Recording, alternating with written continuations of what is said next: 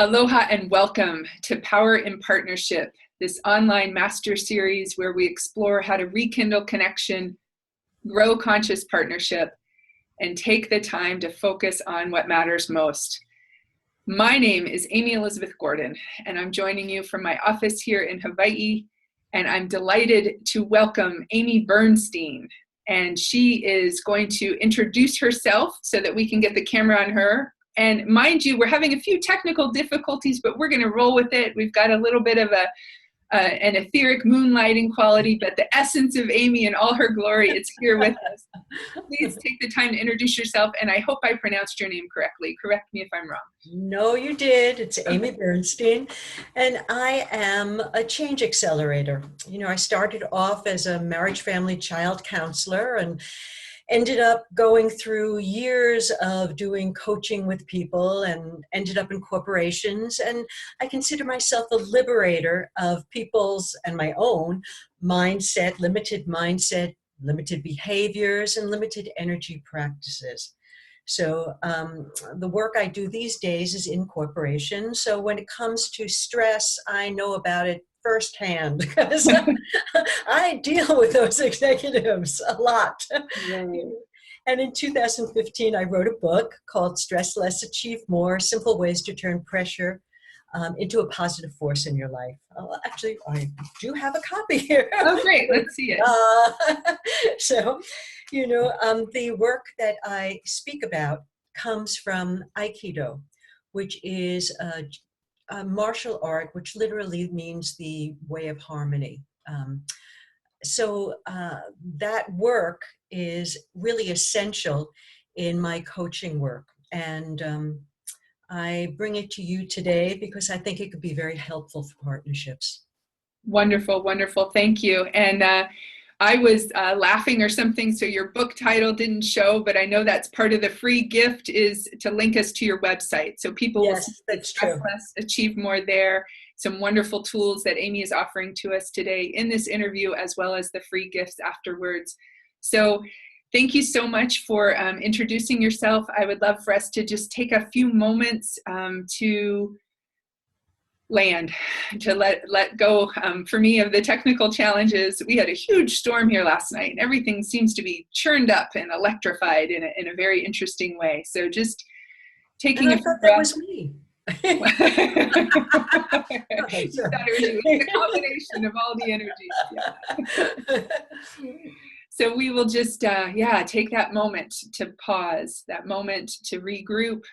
This is a tool that I love to utilize myself, and I invite all of us to just settle. It's almost imagining that snow globe being shaken up in all of its flurries and furies, and allowing things to settle with a few deep conscious belly breaths, inhaling in through the nose and exhaling completely. Inhaling, inviting the head to be over the heart, to be over the hara, or our center, our core. And exhaling, relaxing into that posture. And inhaling the sweetness of this moment in all of its connectivity and electrified, energetic charge. And exhaling, releasing what is no longer needed in this moment, right here, right now. And Aimee, I invite us to bring ourselves into a bow to honor this wisdom of co-creation. And I really want to thank you for your presence here today. Thank you. So, as I do with my other interviews, I'd love to offer a few sentence stems to get us started. And the first, Aimee, is to really help. We don't have a whole lot of time to go into all of the background of what brings you here now, but I'm curious where you are in this moment. So the sentence stem is, as I'm sitting here, I'm experiencing. A buzz, little buzz, you know, a little bit of, not just a buzz, but it's beginning to radiate. It radiates out of me. You know, I could feel that spaciousness. Yeah, beautiful. I'm hearing that expanding energy, spaciousness of the buzz. Am I getting you? Yep. Yeah. You are. Great. and where I would like to be at the end of my life, the end of my career. How would you respond to that? At peace. Yeah, at peace. So what's one thing you can do to help get you to that place of peace? Let go of control. Hmm. Just really surrender to that which is greater than me, which I call spirit. Yeah, yeah. So I'm really hearing that surrendering to a power greater, the spirit, to get to that place of peace. Am I getting you? Yeah, and it's for much of my life I live that. And then there are moments, like for anybody else, where your humanness comes up and you get challenged by life. And it's in those moments that are the opportunity for growth. So it's at those moments when you can take a look at, okay, what is your belief system that's holding you away from it? Because it's always there. And that's been very, I just keep on peeling the onion. Yeah, yeah. I love that image of peeling the onion, embracing your humanness when it comes up, and coming back to spirit, to that ground of peace and letting go. Am I getting you? You are. Yeah, beautiful. And you kind of hinted at this already, but what would you say matters most in the relational field? What matters most when we're looking at this? The connection with yourself and that which is larger than yourself. Yeah. Because you can't really have a relationship with anyone else until you have a relationship with yourself. Are you giving yourself away? Are you in some way twisting yourself? Are you in some way cutting yourself off from your source? Yeah, yeah. I'm hearing that both, and that the necessity of being in connection with yourself, and being able to recognize that larger power than yourself, to get you resourced to be able to be in relationship with each other. And I forgot to mention the title of our interview today, but it's just so intriguing, that ability to enhance love by turning pressure from an enemy into an ally. And so I hear so much of that already in what you're sharing, just in your own personal check-in of noticing those moments of humanness, coming back to letting go, surrender, tapping into spirit greater. And in there's some skill set that you have in your life experience in working with yourself and with others, of being able to turn that pressure and change that idea that it's an enemy, that stress is bad, we need to get rid of it, and really ally with it, have it be our ally. And so I'm curious if you could share a little bit about that with us now. Sure. When I was 7 years old, I had petit mal. Petit mal is a mild form of epilepsy, which I grew out of when I was 13. But whenever the pressure would get too great, whether that was physical pressure, like being on a tennis court, or whether it was emotional pressure, like listening to my family fight, I would have a seizure. But at the same time, during my life, my parents recognized that I was a pretty creative kid and I liked to dance. So they sent me to Marjorie Marshall's dance school in the Bronx.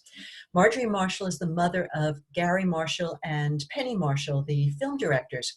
And she was a stage mama. So she would push these little girls really hard. But instead of having a seizure under that kind of pressure, what happened was I would open up and I would become spacious and like energy in motion. I was free. It never dawned on me to think about why in one part of my life does pressure debilitate me, in one part of my life it enhances me, until I met a master teacher named Robert Nadeau, who's a seventh Dan Aikido master and a pioneer in the field of consciousness. I did not want to train Aikido with him, but I met him at a martial art festival in San Francisco. And at the end, it was in the late 70s, we were standing around sounding, oming, and he saw me, he came over to me and he held my hand. And in the moment he held my hand, and I was a musician, I was a rock and roll singer at the time. when he held my hand and he made this sound, it felt like I was going all the way under the ground. Being from New York City, I said, never happened. My imagination, forget it. Happened 3 times until I realized this man knew something I didn't. And whatever it was, I was going to train with him. What he taught was how to, he taught you what pressure was about, not in terms of information. He taught you experientially, and he taught you how to open to it, to align to it. I learned that pressure was the energy of change, that pressure was energy. Everything is made up of energy, and what I am is energy in motion. I am an energy being living in an energy world, right? So he introduced me to that energy world and how it actually works. And then he taught, instead of it being just esoteric, he was really interested in how do you use this to function better in the world? Whether you're an attorney, how can you take that into your courtroom? You know, if you are a communicator, how can you communicate better? Whatever your thing is, how do you use this pressure, the energy of change, to enhance your performance, your well-being, your creativity, your relationships, and shift your state of consciousness? That was major for me. Mm-hmm. Mm-hmm. Yeah, I really hear that embodied awareness waking up of, wow, I'm energy in motion. This is pressure can be viewed as the energy of change. And I imagine that through all your trainings, you've had an opportunity to perhaps develop some daily practices or tools that you take into these corporate settings when you go in. Are there any sort of practices or one thing that we could offer up to the audience today to help them get that experience of energy can be enlivening? It doesn't have to be debilitating, that sense of the pressure of energy. Yeah. Before I tell you the practice, there is a universal law, which Okay. whenever there's a job or task to do, energy comes into your system equal to the job. And that energy is your helper, right? That's the thing. If you open and align to it, it's a gift that can enhance you. But if you close down to it, you experience distress, discomfort, over time, disease. So to feel the joy and the aliveness is learning to open up to it. So one of the things, the first thing that we learned was to feel where we are. See, modern life keeps you in your head, and you believe this conditioning that goes on. You believe the software program of your personality because it goes over and over and over, so you think it's true, but it's conning you most of the time, And interestingly, if some guy in Central Park tried to con you, you maybe get conned once, but not twice the same thing. But our minds do it to us all the time. So what he taught was how to shift from being in your head to being in your body, which starts with feeling where you are. Now, over the years, he had a process where he taught you first to take a look at where is your attention, to sense, feel, where is your attention? Is it outside yourself? So you're aware of what somebody else is thinking and feeling and needing and all of that. So you're mama, you take care of people, right? In a workplace, you make sure they're doing okay, but you might not get your own work done. And in a relationship, you're so worried about his needs or her needs that you don't think about your own. So that's one way attention can be. Another way attention can be inside yourself, but it could be in your head. So you're all closed down. And that means that you don't know, you're not emotionally intelligent. You don't know what the other person is feeling.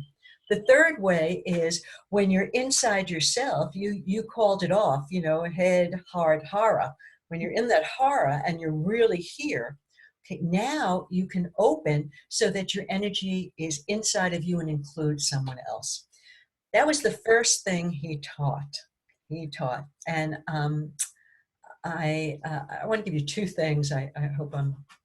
Yeah, let me just reiterate that, because that universal law was what drew me more fully into your work and to inviting you into this process, because I had a recommendation to check out your work, and I looked, and one of the videos I saw, which you're going to offer also as a free gift, was this sense of how to be in that place, and then the the message that we are given that energy that we need to do the task at hand, and to be able to recognize that as it, instead of the negative story I was telling myself of, this is pressure, I've never done this master series before, I'm losing it. And I was very much caught in my head.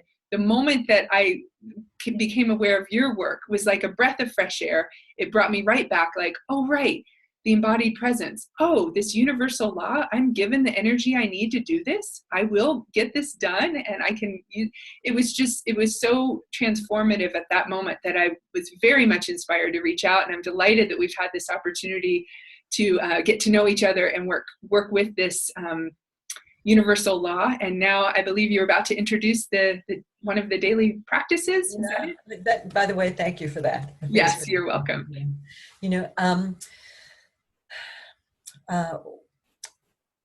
The way that I learned about attention was he'd have us focus our attention outside of ourselves on something, not a person, but something, some object in your room, and just focus on it. Okay? And imagine it's like you have a fishing line and you attach to that thing, right? Your attention's attached to it. Okay, and after a while, you begin to reel it in. Your attention in. Now you're in here, right? Now I'm here. And he'd have us go back and forth. There, here, there, here. And you began to feel, what is the difference between that? For me, initially, being here felt very uncomfortable because I was one of those persons who put my attention on other people. So to be outside of myself next to them, in them, felt more comfortable. But that was the beginning of learning about center, because wherever your attention is becomes your center. So as I learned to bring it back in, then I began to start to develop center. Yeah. He did a great thing for me. I'm on the mat with him, and he comes and he goes to attack me, called a showman, on the head, right? And I counter and I throw him. And then for one split second, just a second, I just, like from the corner of my eye, I checked to see how well I did. And in the moment, because now I'm in my head, in the moment that I checked to see how well I did, he counters and I'm on the floor. And he looks at me and said, "Did you get it?" I said, "I got it." Yeah. So how can we use those wonderful life experiences that you've had of, going out, coming in, that object of focus, noticing where is my center, that which we focus on, where our attention is becomes our center. How do we use that in the partnership, in the space between, in terms of, well, I really want to make sure that my beloved husband is okay, and I want to make sure I'm okay. Is it kind of a dance back and forth of, okay, I'll look at him, I'll look at me, or is there some sweet spot in the middle? I'm curious if you have a take on that. That's the third place that I was talking about. That's when it's inside of you. So you know what you need, feel, want, think. You're here. Okay. Now you open it up. You open the field up. See, when you close the field, it's kind of like when you're reading a book and you don't even notice anybody's coming into the room. Mm-hmm. That's when it's closed. When it's open, you are embracing him with your energy. But you're here. You're here. So it's not a formula of I do me, then I do him. It's I start here with me. I follow my intuition. Mm-hmm. There are sometimes I don't have to move out of myself in order to take care of him. Right. To be kind, to be loving, to be compassionate. I need to be in here. So the first thing is feel where you are. Where are you located? Are you in your head? Are you in your heart? And you're in your heart? People say, "Oh, be in your heart." I'm a heart person, and I can tell you it's a very dangerous place to be, because if you're in your heart but you're not in your hara as well, what happens is you become like a bad country song. "Oh, he left me." What do I do? Oh no. Right? When you come back in here, it's like, okay, he left me. Okay, easy. And, Now you spread, you open, so Yeah. That ability to remind the audience to take the moment to pause and check in. Where are you right now? That's yeah, so important. That's why I love to start the interviews with the breaths, with the as I'm sitting here, I'm experiencing. And I really encourage couples to do that, to really take the moment to share with the partner. This is as I'm sitting here, I'm experiencing. So there's that internal check-in as well as sharing with the other what's going on. And I love that idea of dropping deeper. For a long time, it was the longest journey is the head to the heart. But what I'm really hearing you say is this might not be a sustainable place to live. Those of that's us who right. are heart people, we can kind of, it can be a little tricky, as you It said. can be. You can lose yourself easy. You can Yeah. lose yourself easy. You asked me before, so little practices. Yeah.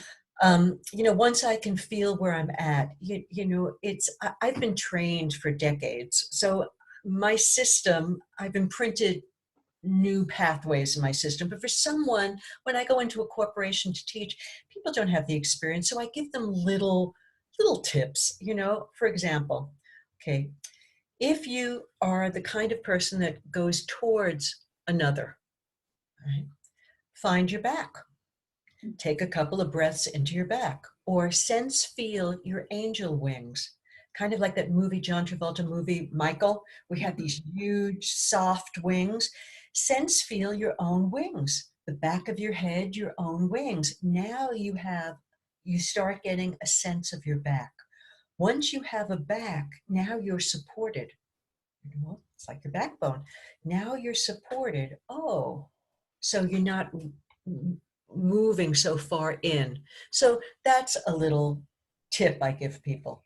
Or I say to them, make believe that you have a dragon tail or a big iguana tail coming from your lower spine. And it's very heavy and it's resting on the floor. If you really sense that, what would happen is just what you played with in the beginning, which is that grounding. Okay? So you begin to sit and you go, oh, okay, as I settle in, as the energy moves down, because energy is a two beat. It comes up, it goes down. It goes down, it comes up. Okay. So as it's coming down, what you want to do is you want it to spread. Can I feel the back of my thighs on the chair? Am I letting the chair really support me? Or am I holding myself up? Am I like a big Polynesian mama? Just kind of let it spread, or a big sumo wrestler? Whoo, let it spread. Now I can feel my heaviness. I'm going with gravity instead of fighting it. That helps. Yeah, beautiful imagery. Those help me so much, and being able to get that embodied sense of, okay, where are my wings? What's going on behind me? And that sense of a tail. That's the first time I've heard that one, Aimee. I've definitely done the roots out the bottom of my feet, like a tree planted, but that tail image really resonates with me because it would go with me. It's Yeah, and it's 3 points. It's your feet, and now there's the third point, a tail, right? That gives you more stability. Mm-hmm. Beautiful. Yeah, I do root stuff too, but before I do roots with people, I give them elephant feet.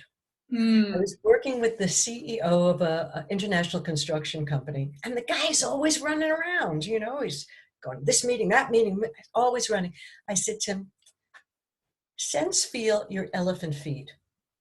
Notice how heavy they are, how wide they are, how solid they are. As soon as you have elephant feet, oh, you come down. So now what the guy does is when he gets out of his car and he's walking to the meeting, he's walking with elephant feet. Mm-hmm. So not in his head because he's feeling his feet. Mm-hmm. Simple, easy trick. Yeah, yeah. And what a wonderful practice to weave in for partners to remember as well. Say husband's coming home, wife's coming back from getting the kids at soccer. I don't know where I'm getting this example from, perhaps my own life here. Just that sense of encouraging people to pay attention to those transition moments, when we wake up in the morning, when we go off on our busy days, when we come back together, when we go to bed at night, but that coming back together, the hustle and bustle wants to come with us. And, I often find in working with couples that it comes out into carrying the work at home, because now we have our computers with us. We have, all these abilities to stay plugged in and wired. But if we can unplug from that, pay attention to that transition. And I love that image of elephant feet, for the person getting out of the car, walking to the door of the home, just elephant feet to ground, even going 55 miles an hour plus, just grounding into that place. So anything you would like to add or comment to on that?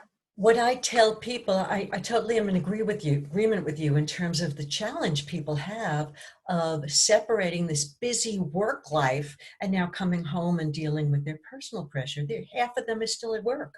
So what I tell them is to steal time.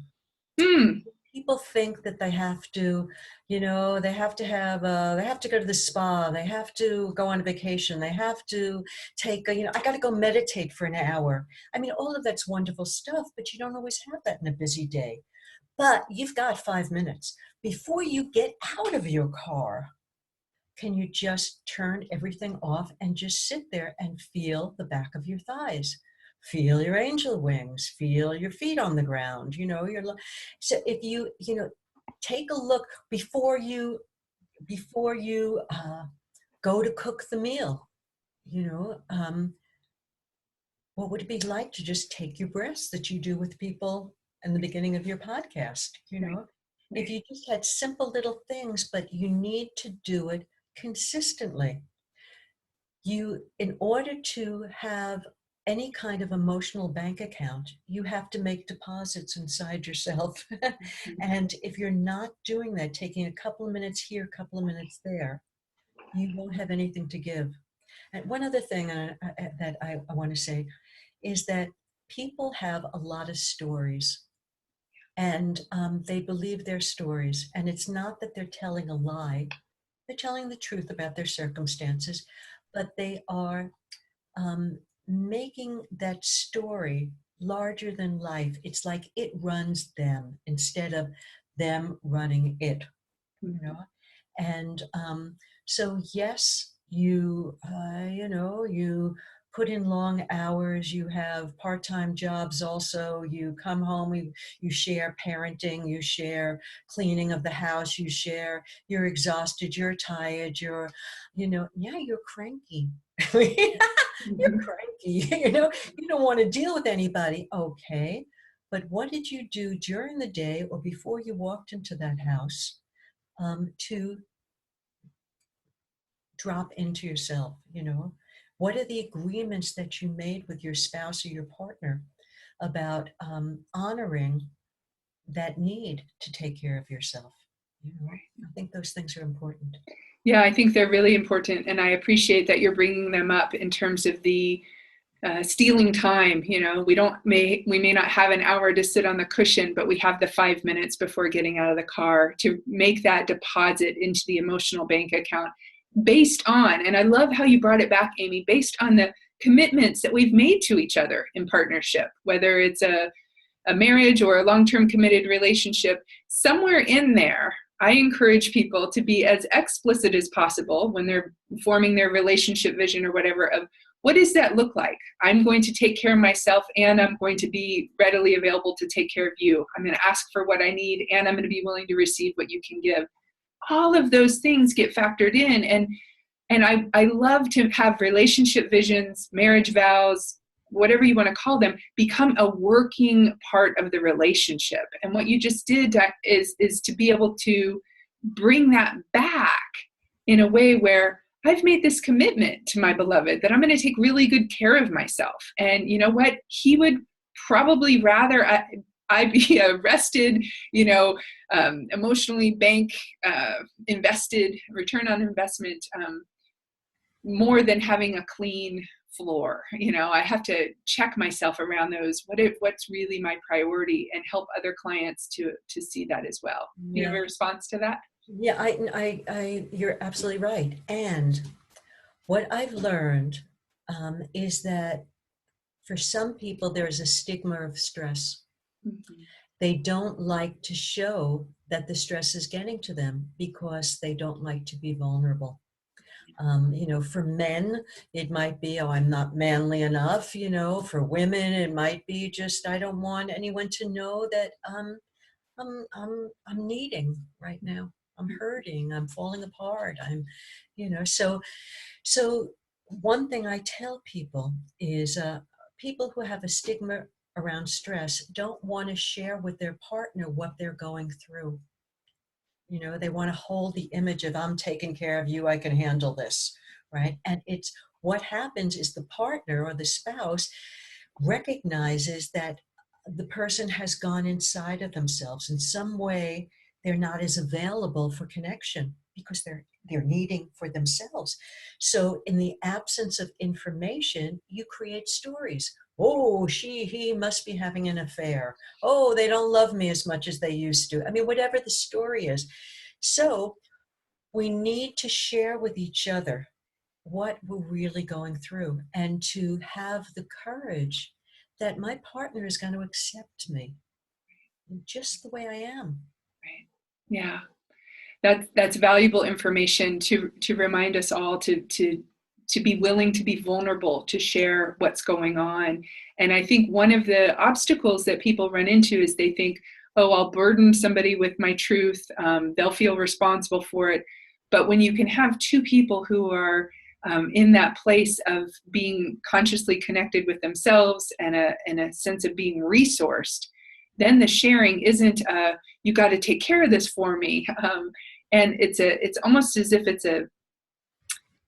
it's not disentangling from the storyline, but it's rewriting the storyline, that the stress doesn't own me, as you said earlier. And I think, some people do have that stigma of stress. And then on the opposite end of the spectrum, I heard Brene Brown speak recently, and she said, it's almost as if exhaustion has become a status symbol. And you can hear this in, women at the soccer pickups. And, it's like, oh my gosh, I'm doing this. And they'll share that with their friends, and they're reiterating that story they're telling themselves. And then when they get home and they try to put on the good show of everything, it's lacking in that authentic connection. And so there's so many different ways we could address that. I'm curious what jumps out to you in that. The first thing that jumped out on me is when you were saying how the partner might go, oh, I don't want to burden you. I want to take care of you. And I go, yeah, maybe. There is a belief system under there that they have not examined for themselves about why they think they have to not burden the person or not. What's really going on? So I don't quite believe the story there. I say, okay, you need to go in a little deeper to say, whose voice is that in you? Who taught you that? So that was the first thing. But I think in terms of the exhausted being a badge of honor, that's how I start my presentations actually in corporations. I say, it used to be that when you ask someone how they were, they said fine. Now they say busy, or they say stretched thin, or even worse, they say I'm buried at work, which scares me because that brings up images of death and not being able to breathe. Right. So, yes, you're right. There is this thing of I'm so important, I'm so whatever, that I'm stressed. But, you're right. I like when you keep coming back to, okay, once I'm inside myself, now I have these agreements, I have this connection with my partner. What is my vision of that? So, I don't know whether Diana Daphner spoke about rituals, but I suggest to people to do rituals for themselves. If it's in an office, the ritual is you put a Post-it on your computer that says breathe. And before you make the next email, you breathe. If it's with your partner, one of the most beautiful rituals that I've heard was a couple that was married 40 some odd years, that every Friday they gave each other a love note. And the love note said, they each would write their own love note. And the love note said, this is what I love about you. And the rule was, you can't repeat the same thing over and over. You have to keep finding new things that you love in your partner. And Now what you're doing is, after an awful week at work where you're just so exhausted and so busy and you kind of didn't give your partner the time of day that you know they deserve, at least here comes Friday night where you go, oh, wake up call.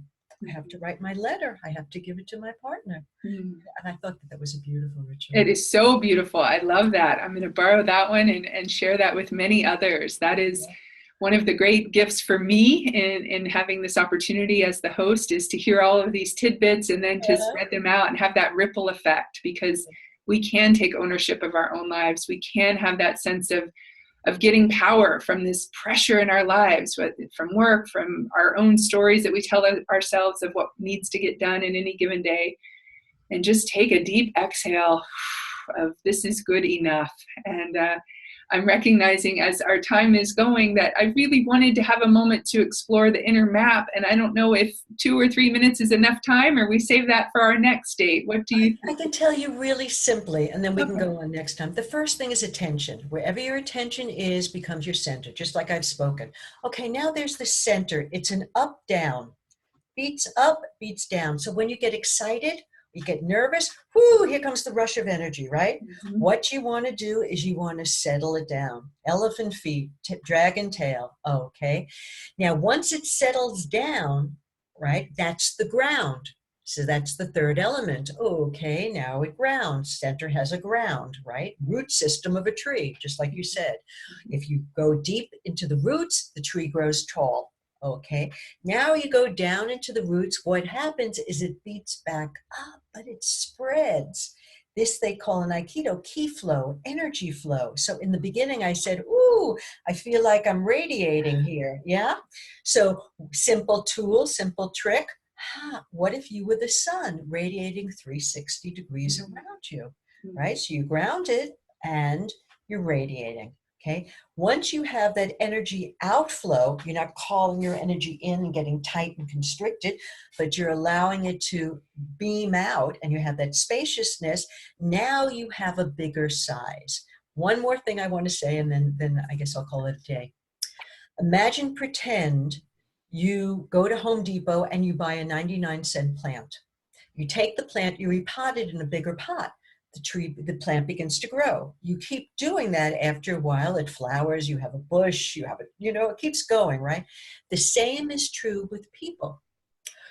As you go into a larger environment, a larger energy space, what happens is we grow.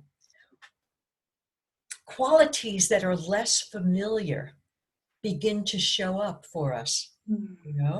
The person who's really small, maybe they can't articulate very well, but as soon as they have more space, now they can really express themselves. The person who is a little fearful, now they have a little big space. Now they're that bush, now they have more courage. You don't make the small one your great lover. You don't make the small one your compassionate one. You don't try to fix that way. What you want to do is you want to shift states, right? Spaciousness. And in those shifting, you will find qualities of yours that you can bring to the relationship that will enhance it. So beautiful. Yes, yes, yes. I totally get it. And I will never look at a Home Depot plant the same way. And I apologize, Lowe's. Yeah. Our corporate non-sponsors here. No, I love that image. And I just want to respond that as you were saying that, I could feel that in my system. And this is where I get a little teary. On a cellular level, that this shift that I have made in my personal life 2.5, almost 3 years ago, when we decided to leave the mainland, leave the Pacific Northwest, and come here to Hawaii, I feel my energy just shifting and blossoming in a way where I can do something like this. I can we live as a grand Ohana experiment. We brought Mark's parents, and just doing this where I used to think that there was a cap on how much love I had or how much I could do. And through your reminder, Aimee, and through all of this work that I've been doing over these decades of the energy will come for me to do the good work that needs to be done. And with that, that sense of, I can just feel my angel wings flowing, and that dragon tail, oh, just being that third point of reference for balance. And those images, even that language, I wouldn't have been comfortable using, you know, in the past because of the story I told myself. Oh, it's too woo-woo. Oh, it's not grounded or whatever. And it's like, I'm embracing that. I'm embracing it because it feels right. It helps me get embodied and let go of my overthinking, analyzing mind, because I fall into analysis paralysis. And what you're doing is helping all of us be more energized, be more embodied, and help enhance the quality of our lives, the quality of our love, by recognizing that pressure, that energy is there to help us change and to do the work that could be done. So does that feel like an adequate summary of some of what we've... Yes, it does. And just one other point for those of your listeners who are not inclined to anything woo-woo. Mm-hmm. You know, Mm-hmm. Einstein said, it's all energy, and that's all there is to it. Right. So if the big man said it, there must be truth.